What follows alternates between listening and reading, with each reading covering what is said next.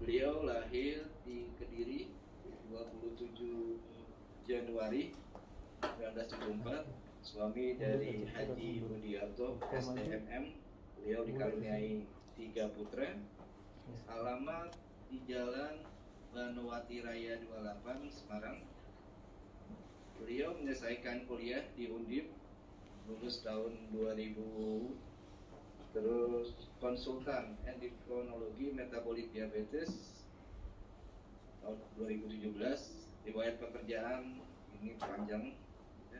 Beliau pernah menjadi dokter UGD Marinir Cilandak, Jakarta Selatan dari tahun 2000 sampai tahun 2002.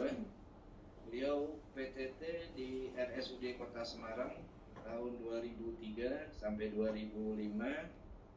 Beliau PNS di RSUD Kota Semarang juga tahun 2006 sampai 2010, lalu melanjutkan internis sampai 2016.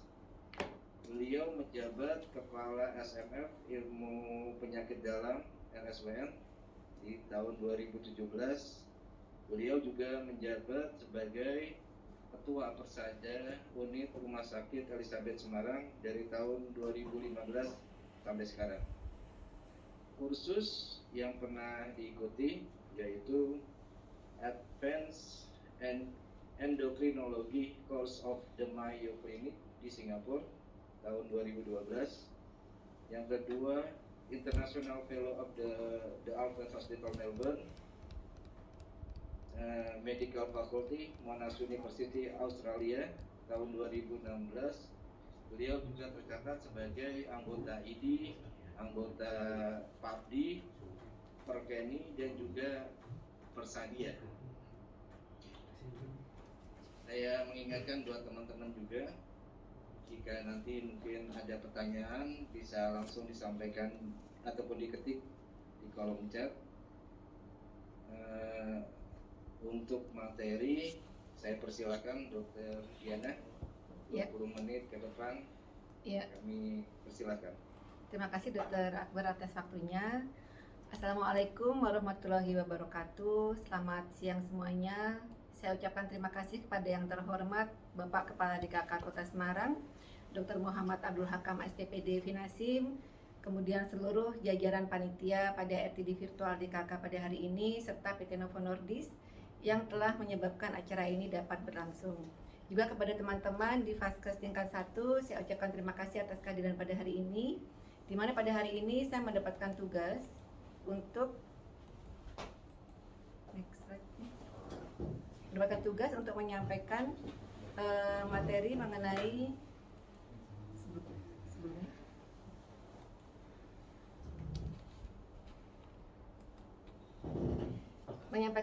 mengenai bagaimana kita mengoptimalisasi treatment diabetes mellitus tipe 2 pada era JKN. Slide selanjutnya adalah sebenarnya bagaimana sih permasalahan diabetes mellitus di Indonesia? Ya, di sini tampak bahwa Indonesia itu menduduki peringkat kelima untuk prevalensi yang terbesar penyakit diabetes mellitus, di mana yang pertama adalah Cina, kemudian India, USA, Brasil, dan Indonesia. Tentunya hal ini akan menjadi PR bagi kita semua, seluruh jajaran terkait mengenai diabetes mellitus ini, bagaimana supaya penyakit ini dapat tertata laksana dengan baik. Ya, kemudian survei membuktikan bahwasannya prevalensi diabetes ini semakin meningkat dari tahun ke tahun, di mana pada awalnya adalah 6,7%, kemudian meningkat pada tahun 2013, dan pada tahun 2018 itu adalah pada angka 10,9% dari penduduk Indonesia. Tetapi teman sejawat, sayangnya di sini baru 2/3 pasien diabetes mellitus yang belum dapat terdiagnosa. Jadi sangat banyak PR untuk kita, baik pada layanan primer maupun pada layanan sekunder, untuk lebih mendiagnosa diabetes mellitus ini secara lebih awal. Kemudian untuk pasien-pasien yang sudah terdiagnosa diabetes mellitus, ternyata achievement dari A1C yang dicapai itu adalah tidak lebih dari 30%. Tampak di sini pada lifestyle modifikasi itu pencapaian A1C hanya pada angka 23,8%, OAD hanya pada angka 38,8%. Demikian juga dengan insulin malah lebih rendah pencapaian terapi A1C-nya dibandingkan dengan OAD. Jadi ini adalah masih dapat menjadi tempat untuk kita dalam menerapi pasien dengan OAD sehingga akan dapat terkurangi dosis pemberian insulinnya. Ya, teman-teman sejawat semuanya, DML tidak terkontrol ini tentunya akan mengakibatkan komplikasi yang memakan biaya, di mana bila didapatkan komplikasi dari mikrovaskuler maka akan tampak peningkatan biaya sebanyak 2,5 kali lipat, dan bila muncul komplikasi mikro dan makrovaskuler, entah itu amputasi, penyakit jantung, kebutaan, gagal ginjal, maka akan terjadi kenaikan biaya sampai pada angka 4,1 kali lipat. Jadi bila di era COVID-19 ini kita mengenal di status-status WhatsApp mungkin disampaikan, bila ingin berguna bagi nusa bangsa maka Anda stay di rumah. Bila ingin berguna bagi nusa bangsa maka Anda memakai masker, social distancing dan lain-lain. Maka kita sebagai dokter atau tenaga medis jalanan primer dan sekunder, bila kita menurunkan angka A1C pasien diabetes kita, maka kita akan berguna bagi nusa dan bangsa karena kita akan menghemat pembiayaan terkait dengan komplikasi diabetes mellitus. Seperti itu ya. Jadi tampak di sini bahwa hanya dengan menurunkan A1C sebanyak 1% saja, maka amputasi itu akan turun pada angka 43%. Kemudian komplikasi mikrovaskuler akan turun 37%, ekstraksi katarak turun 19%, gagal jantung juga turun 16%, infak miokard turun 14%, dan stroke turun 12%. Bayangkan bagaimana hal ini akan sangat menghemat pembiayaan dari DKK Kota Semarang juga dan Indonesia pada umumnya. Kemudian berikut ini adalah tentang pandemi COVID-19. Jadi bahwasannya sejak Maret sampai bulan ini RSWN sudah merawat pasien lebih dari 2.000 dengan support juga penuh dari Bapak Abdul Hakam dan jajaran DKK Kota Semarang bekerja sama dengan ambulan hebat dan kami di RSWN. Di sini tampak dari 2.000 pasien yang kami rawat sejak bulan Maret itu, komorbidnya adalah diabetes mellitus. Itu adalah yang paling tinggi. Diikuti kemudian dengan hipertensi, kelainan ginjal, jantung koroner, dan sepsis. Demikian juga dengan angka kematian terkait dengan pandemi COVID-19 ini. Tampak di sini bahwa diabetes mellitus merupakan komorbid yang tertinggi untuk pasien-pasien COVID-19 ini jatuh pada kondisi yang jelek dan kemudian meninggal. Ya, ini juga adalah data yang lain bahwasannya sekitar 70% pasien DM tipe 2 ini belum mencapai target terapi. Jadi begitu ya teman-teman sejawat di fase 1 dan teman-teman sejawat lainnya, ini adalah PR yang sangat berat buat kita untuk lebih meningkatkan capaian dari terapi DM tipe 2 di Indonesia dan khususnya di Semarang. Untuk terapi, tentunya kita tetap mengacu pada guideline yang sudah resmi, yaitu adalah pada konsensus diabetes mellitus dari Perkeni pada tahun 2019. Ini adalah konsensus yang terbaru, yang sebelumnya adalah yang tahun 2015. Nah, ini adalah kabar gembira pada hari ini saya sampaikan, di mana sejak bulan Juni itu kita sudah bisa meresepkan Galvus atau Vidagliptin atau DPP-4 inhibitor atau penghambat DPP pada pasien-pasien dengan BPJS. Ya, ini adalah Vidagliptin. Vidagliptin ini tidak digunakan sebagai lini pertama, jadi bukan sebagai terapi pertama. Tetapi Vidagliptin ini dipakai terapi tambahan. Bila pasien-pasien diabetes teman-teman itu sudah mendapatkan metformin atau sulfonylurea, maka Vidagliptin ini dapat dipakai sebagai salah satu terapi tambahan. Dan kemudian Vidagliptin ini untuk pasien-pasien JKN tidak digunakan sebagai obat tunggal. Dan dosis yang masuk saat ini adalah dosis yang 50 mg sediaannya, dan dosisnya adalah 2x1 atau 60 tablet per bulan. Itu adalah restriksi yang diberikan oleh JKN. Nah, di manakah tempat dari obat baru ini, obat BPJS yang baru ini dalam guideline Perkeni 2019? Jadi di sini tempatnya adalah DPP-4 inhibitor tempatnya adalah pada monoterapi bisa digunakan, kemudian pada terapi kombinasi 2 obat juga bisa digunakan, dan pada terapi 3 obat bila A1C lebih dari 9% juga sudah bisa digunakan. Jadi entah itu monoterapi, early kombinasi, dan kemudian penghambat DPP-4 ini akan dapat digunakan obat vildagliptin atau galvus ini. Kenapa? Ada masalah? Nggak keluar ya sensornya ya, mungkin Itu belum bisa. keluar di Tapi sini. keluar kok di Kok? sini. Di sini keluar semua. Sana mereka mungkin lanjut kembali nih. Ya, saya lanjutkan ya Pak Akbar. Apakah dapat disimak dengan baik slide saya? Ya, monoterapi kita membahas tentang monoterapi. Jadi ternyata pencapaian monoterapi baik di beberapa negara di Asia Pasifik, yaitu entah di Australia, Thailand, Singapura, India, Indonesia, itu tidak dapat dilakukan achievement yang baik, tidak dapat diberikan achievement yang baik untuk untuk monoterapi. Kenapa? Muncul nggak sih? Muncul. Pada itu udah lanjut dulu. Lanjut belum? Oke, jadi monoterapi itu jangan berlama-lama teman-teman sejawat ada pada tata laksana monoterapi. Ya, ini adalah guideline dari EDA juga menyebutkan bahwa sebaiknya kita melakukan early combination therapy pada pasien-pasien kita. Mau diputus nggak? Kalau mau diputus, Coba diinterupsi dulu. dibuka dulu.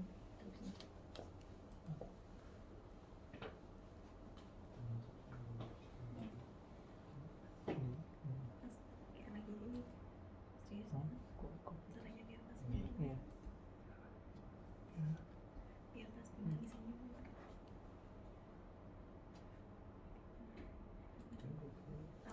Udah. Yang sebelumnya dulu ya, Oh, iya. yang sebelumnya.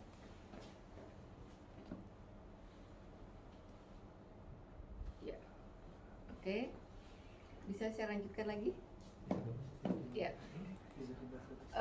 Jadi ini adalah guideline dari EDA yang menyarankan juga early combination therapy pada pasien-pasien diabetes tipe 2. Nah, teman-teman sejawat semuanya, berikut ini adalah obat-obatan yang dapat digunakan pada terapi DM tipe 2, di mana yang pertama adalah GLP-1 reseptor agonis, kemudian biguanid, dia akan memperbaiki sensitivitas di hati dan memperbaiki glucose production. Kemudian adalah sulfonylurea, diamikron, dan glimapirid, glibenclamid, dia akan memperbaiki peningkatan insulin sekresi di sel beta. Dan kemudian glinid, dia akan memperbaiki sekresi insulin di sel beta pankreas. Kemudian alpha glucosidase inhibitor, contohnya adalah acarbose, dia memperbaiki perlambatan dari penyerapan karbohidrat. Juga SGLT2 inhibitor, dia akan menyebabkan keluarnya glukosa lewat urin. Serta thiazolidinedione yang akan meningkatkan uptake glukosa di otot dan menurunkan produksi glukosa di hati. Dan ini adalah obat yang saat ini masuk dalam listing dalam Fornas JKN, yaitu adalah DPP-4 inhibitor atau penghambat DPP-4.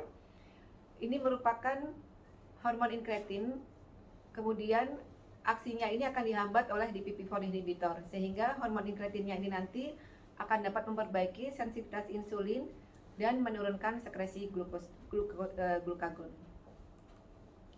Ya, ini adalah contoh-contoh obat, sangat banyak teman-teman sejawat yang dapat kita pakai untuk terapi-terapi tata laksana pasien diabetes mellitus kita. Dan ini adalah obat-obat pilihan yang dapat dipakai pada saat kita akan memilih terapi obat itu, maka kita harus mempertimbangkan bagaimana efek hipoglikeminya, bagaimana peningkatan berat badannya, apakah mengganggu ginjal, apakah mengganggu gastrointestinal, apakah mengganggu jantung, apakah menyebabkan osteoporosis, dan apakah menyebabkan ketoasidosis. Ini adalah modalitas terapi yang dapat kita pakai untuk menurunkan angka komplikasi dari diabetes mellitus kita. Ya, kemudian karena ini adalah audiensnya adalah teman-teman di kebanyakan di Vaskes 1, maka saya akan menyampaikan mengenai tata laksana terkini rujukan dari puskesmas ke Vaskes tingkat lanjut.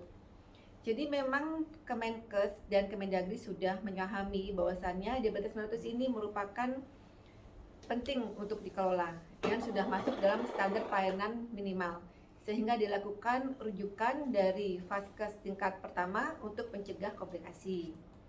Nah, ini adalah jenjangnya dari FKTP tingkat 2 kemudian tingkat 3.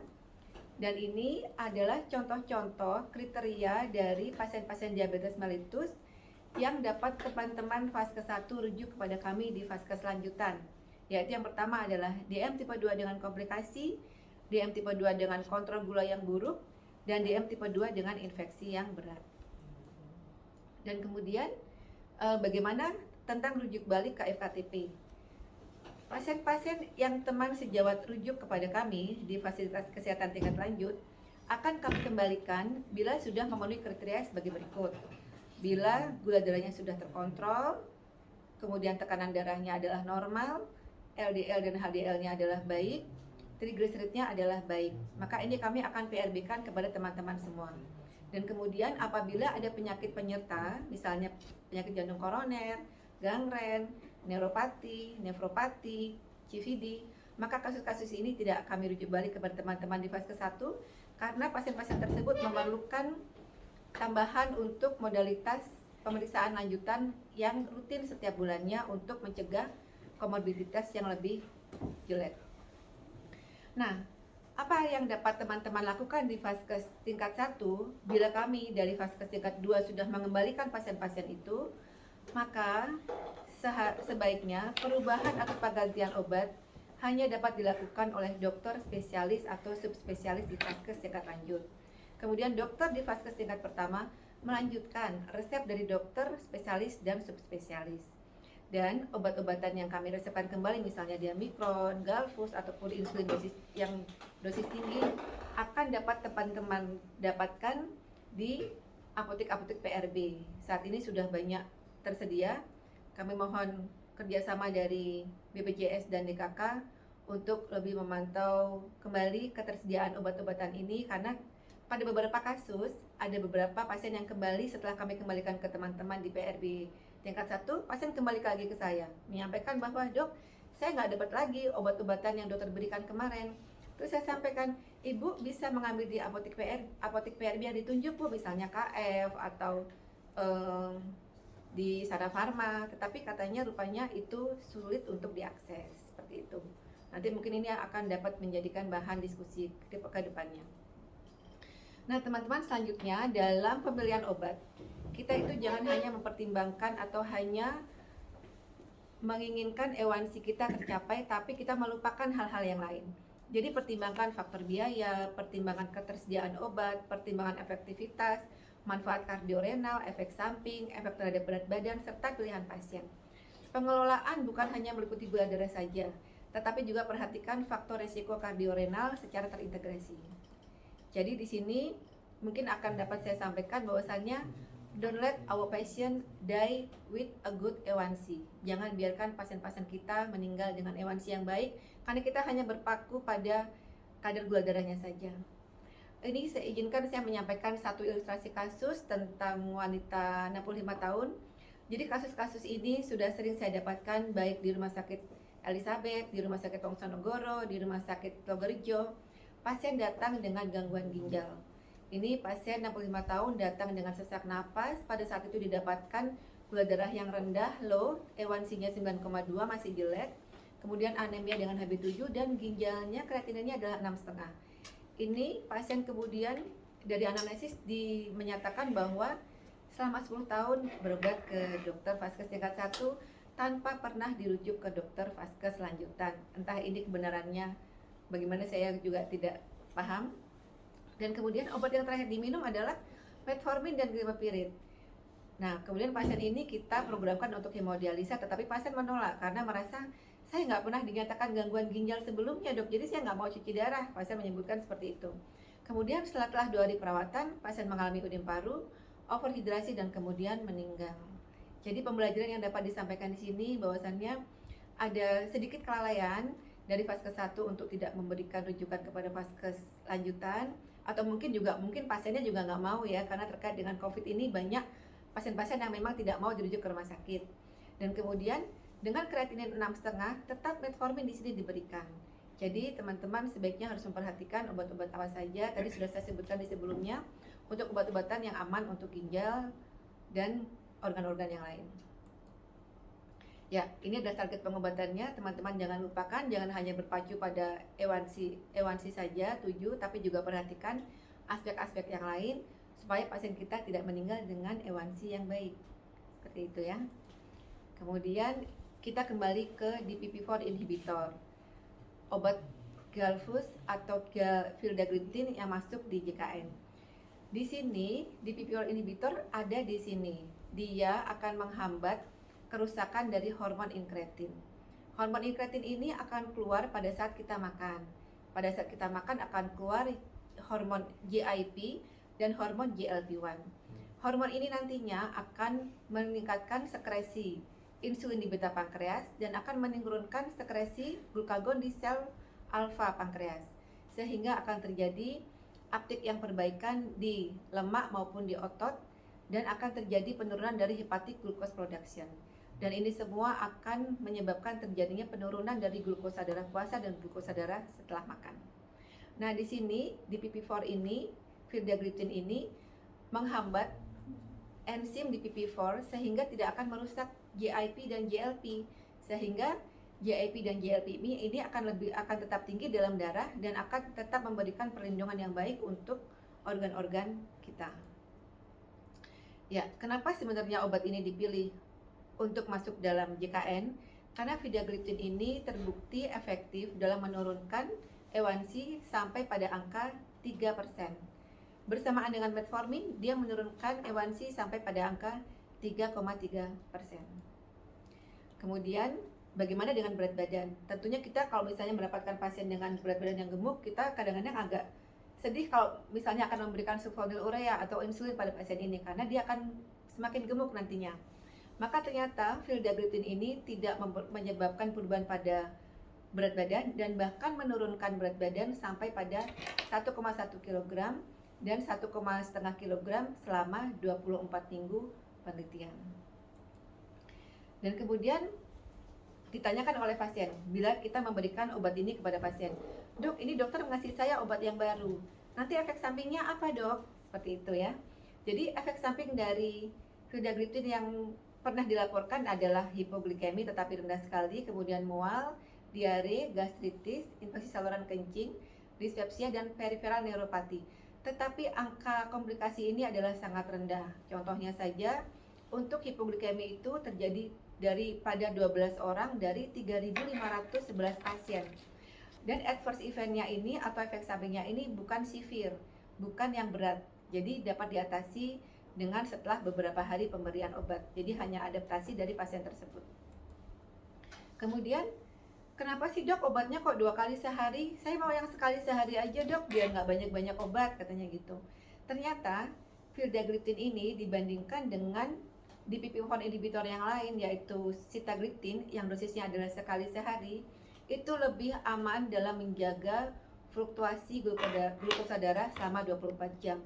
Karena di sini hormon inkretinnya yaitu GLP-1 itu dia dapat mempertahankan dengan kadar yang lebih tinggi, tampak pada garis merah, dibandingkan dengan yang sitagliptin. Jadi kadar hormon inkretin akan lebih tinggi sehingga akan mengontrol fluktuasi glikemik darah dengan lebih baik dibandingkan sitagliptin, yaitu obat DPP-4 inhibitor dosis 1 kali sehari. Kemudian ini adalah isu yang sekarang sedang berkembang. Kalau misalnya kita nambahin obat nih, jangan sampai deh kita akan menyebabkan gangguan jantung seperti itu. Seperti misalnya obat pioglitazone, atau kemudian yang ditarik adalah rosiglitazone, itu juga obat-obat yang mengganggu pada CVD atau heart failure outcome. Dan bagaimana dengan Vildagliptin ini? Di sini sudah dilakukan penelitian pada sekitar 17.000 pasien. Ini merupakan penelitian yang sifatnya adalah RCT atau meta-analisis. Ini adalah merupakan penelitian yang paling tinggi. Di sini dibagi 2 kelompok, yaitu kelompok yang mendapatkan Vildagliptin dan kelompok komparator. Komparator di sini diberikan obat-obatan placebo, sulfonylurea, thiazolidinedion, metformin, dan lainnya. Nah, bagaimana hasilnya? Hasilnya adalah sebagai berikut. Ternyata vildagliptin ini lebih baik dibandingkan komparator yang lain untuk efek terhadap terjadinya MACE atau Major Adverse Cardiovascular Event, baik itu myocardial infarction, stroke, ataupun cardiovascular death. Jadi dia lebih baik angkanya dibandingkan komparator. Dan kemudian juga dia insiden untuk terjadinya restriksi untuk terjadinya heart failure adalah lebih baik dibandingkan dengan komparator. Ya. Kemudian ini adalah vildagliptin dan renal. Ini adalah pertanyaan yang sangat banyak ditanyakan oleh pasien-pasien kita. Dok, nanti kalau saya ditambahin obat ginjal saya gimana, Dok? Nanti kalau banyak obat ginjal saya terganggu. Itu adalah mitos yang sebenarnya keliru. Karena kecepatan antara obat menyebabkan gagal ginjal dan diabetes menyebabkan gagal ginjal itu adalah lebih cepat diabetes atau hipertensi menyebabkan gagal ginjal. Nah, ini buktinya. Memang untuk vildagliptin bersamaan dengan sitagliptin dan saxagliptin itu memang diekskresi di ginjal. Memang kalau untuk yang paling aman atau tidak diekskresi di ginjal itu adalah linagliptin. Jadi ini adalah jenis-jenis DPP-4 inhibitor ya teman-teman sejawat. Namanya seperti perempuan, lina, sita, vilda, saksa, seperti itu. Untuk obat-obatan yang sama-sama diekskresi lewat renal, bagaimana perbandingan antara obat-obatan ini?